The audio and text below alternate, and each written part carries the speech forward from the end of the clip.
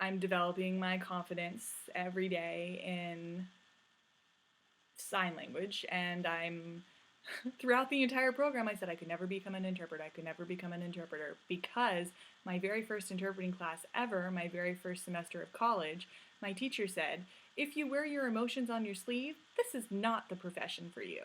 And my reaction was, shit. Because that explained me to a T. I took everything personally, and I'm improving on that, but every so often I revert back to the insecurity of like, why is everybody laughing? Are they laughing at me? Like, what? Or did I say something funny? Because I'm honest, and that's jarring for some people, and they laugh because they don't expect it, but it's the truth. So that's like a comedian thing as well, which no, I'm not a comedian. I can imitate comedians, kind of, but not, no. I'm only funny around my friends, not funny in a public setting. So, I started, I think for my senior project in Texas, I brought sign language with me. I was the first person to be accepted at that college with sign language as my language. They're like, oh, you can get tested out of sign language.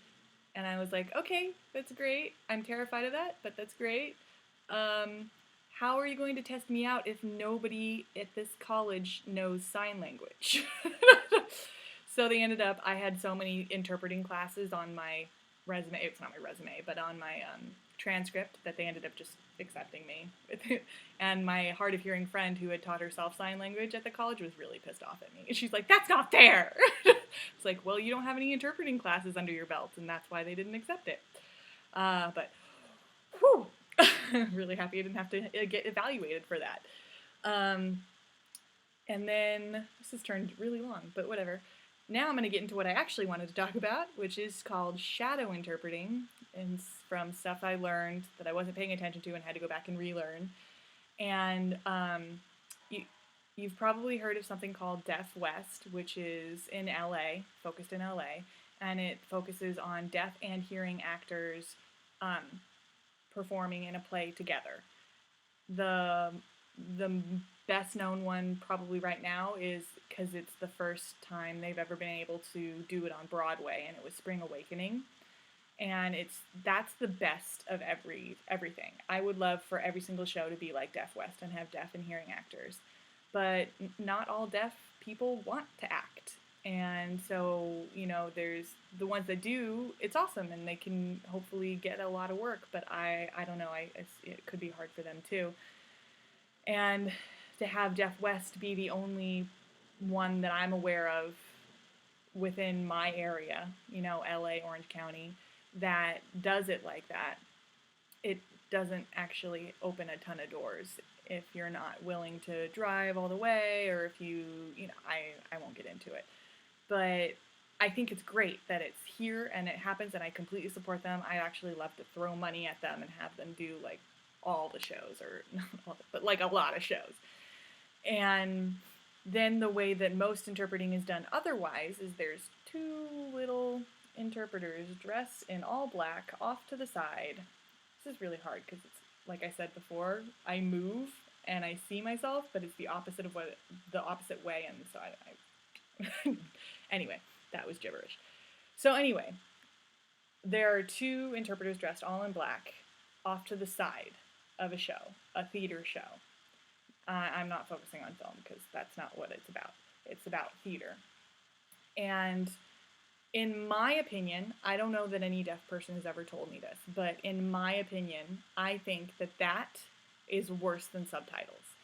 Because either the deaf person reads the word, or like looks at the signs, which are basically the words in the text, and even if the interpreter is an amazing actor and able to bring it all into their face and their actions and whatever, there's no way that it can be as good as the action that's going on stage with multiple people.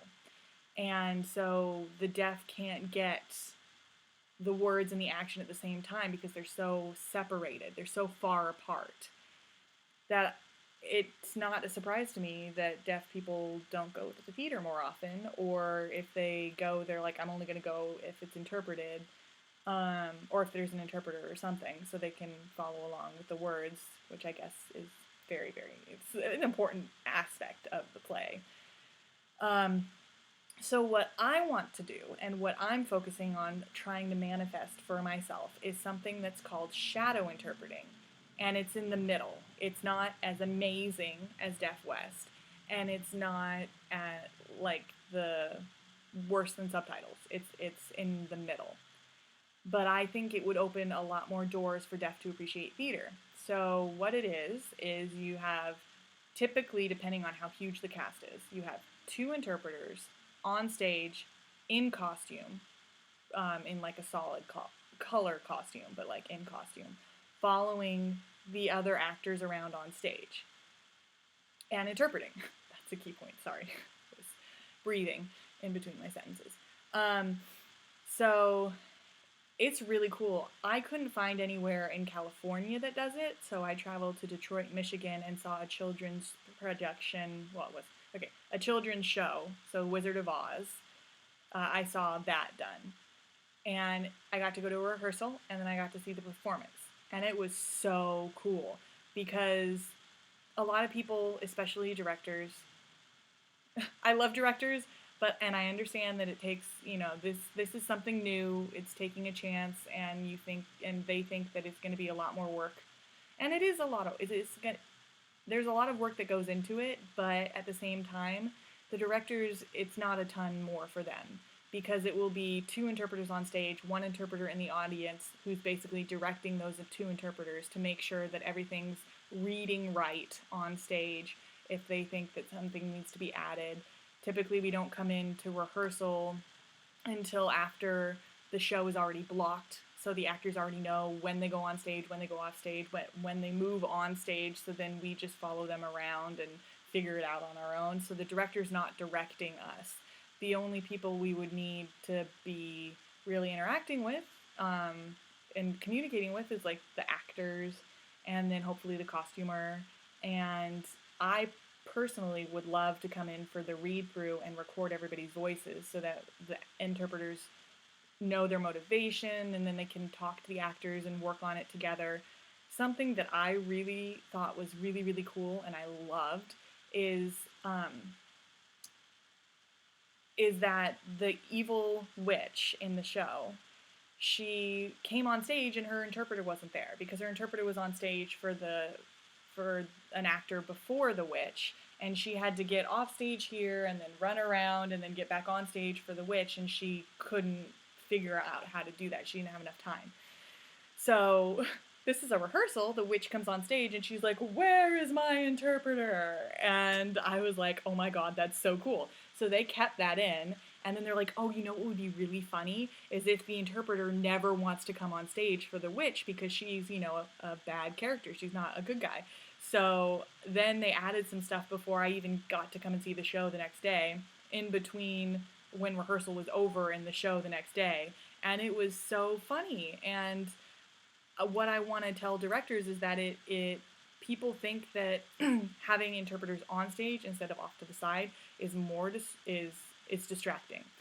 But I actually think that it's more distracting to have interpreters off to the side than having them on stage. Because when they're off to the side, if somebody gets bored watching whatever's going on stage, they'll be like, well, maybe the interpreter is more interesting, and then they'll look at the interpreter. But, if the show's really good or whatever, they'll look at the stage. But it's just, it adds another layer having the interpreters on stage. And it'll open so many doors for more audience to come. So they'll have more, they'll get more money and proceeds from selling tickets and, all the other things that are involved in a theater production. And I think it would just benefit everybody involved, and I think it's really cool. And this is turning into a lot longer than the last one, but it's because I'm passionate about it and it's been a long story.